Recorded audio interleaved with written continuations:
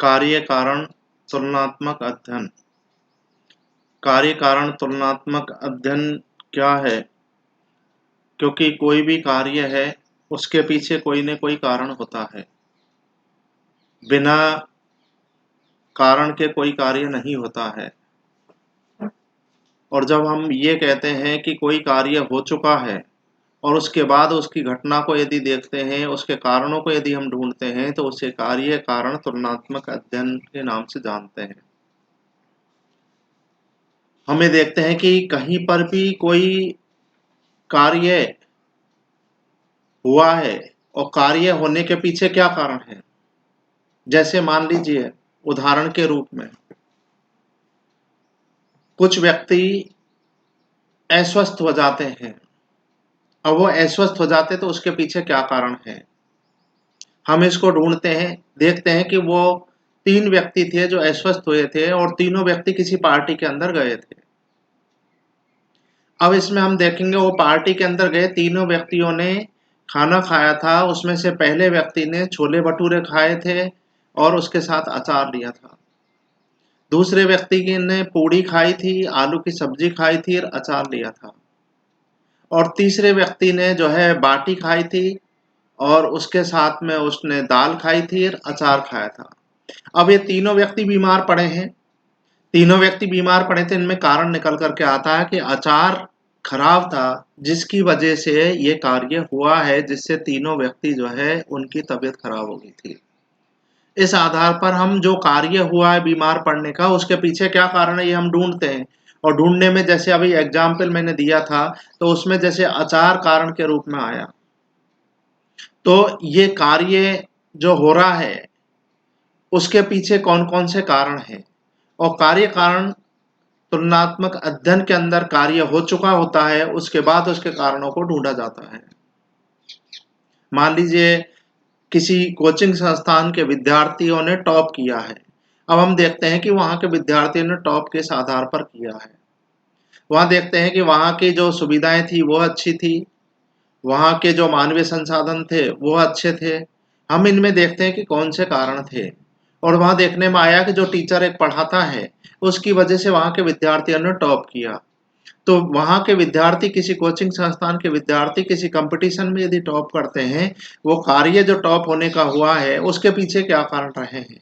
तो पता लगा कि वहाँ का जो सुरेश अध्यापक है वो अच्छा पढ़ाता है, जिसकी वजह से वहाँ के विद्यार्थी टॉप करते हैं। तो ये कार्य जो है हुआ है उसके पीछे कौन कौन से कारण है, उसका हम तुलनात्मक अध्ययन करके देखते हैं।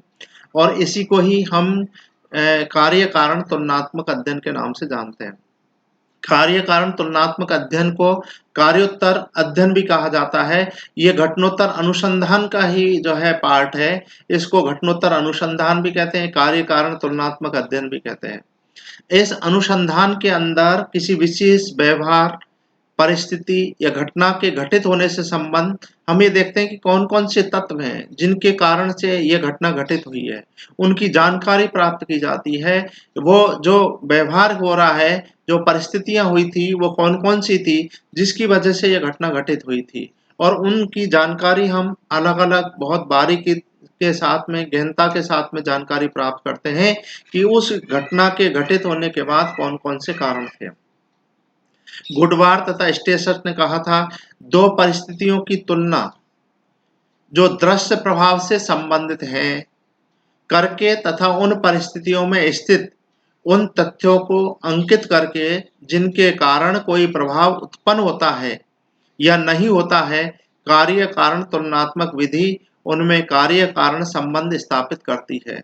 अब इस परिभाषा के आधार पर ही हम कार्य कारण तुलनात्मक अध्ययन की विशेषताओं को देख सकते हैं। दो परिस्थितियों की तुलना, कि हम ये देखेंगे कि जो परिस्थिति हुई है उसके पीछे उसकी हम तुलना करेंगे, और जो परिस्थिति के पीछे कौन कौन से कारण है उसको हम ढूंढने का प्रयास करेंगे। जो दृश्य प्रभाव से संबंधित हैं, मतलब जिनका हमने निरीक्षण किया, जिनके आधार पर देखा कि मान लीजिए कोई बस का एक्सीडेंट हुआ तो उसमें कौन कौन से प्रभाव थे जिसकी वजह से ऐसा हुआ, और उनको देख करके हम उनके कारणों को ढूंढते हैं। आगे इसी परिभाषा में करके तथा उन परिस्थितियों में, करके मतलब उस कार्य के होने के बाद उन परिस्थितियों में स्थित उन तथ्यों को और उन तथ्यों को अंकित करके उन तथ्यों को अंकित किया जाता है जिनके कारण कोई प्रभाव उत्पन्न होता है, कि जिनके कारण उन दृश्यों को देखा हमने और देख कर के हमें ज्ञात हुआ कि जो बस का एक्सीडेंट हुआ था वो ड्राइवर के द्वारा शराब पी ली गई थी, जिसके कारण से ऐसा हुआ है। या मान लीजिए और कोई कारण हो, तो हम उन दृश्यों को देख करके उसके आधार पर उसके कारणों का हम पता लगाते हैं। अब जो कारण हैं, उनके पीछे कौन-कौन से जो है और भी कारण हो सकते हैं। उन सारे कारणों का हम एक तुलनात्मक रूप से अध्ययन करते हैं और फिर हम देखते हैं कि पर्टिकुलर ये कारण था जिसकी वजह से यह कार्य हुआ है। और जब हम उसका सही राइट यदि कारण हम ढूँढ लेते हैं, तो इसका मतलब है कि कार्य कारण तुलनात्मक अध्ययन के अंदर हमने कार्य किया है।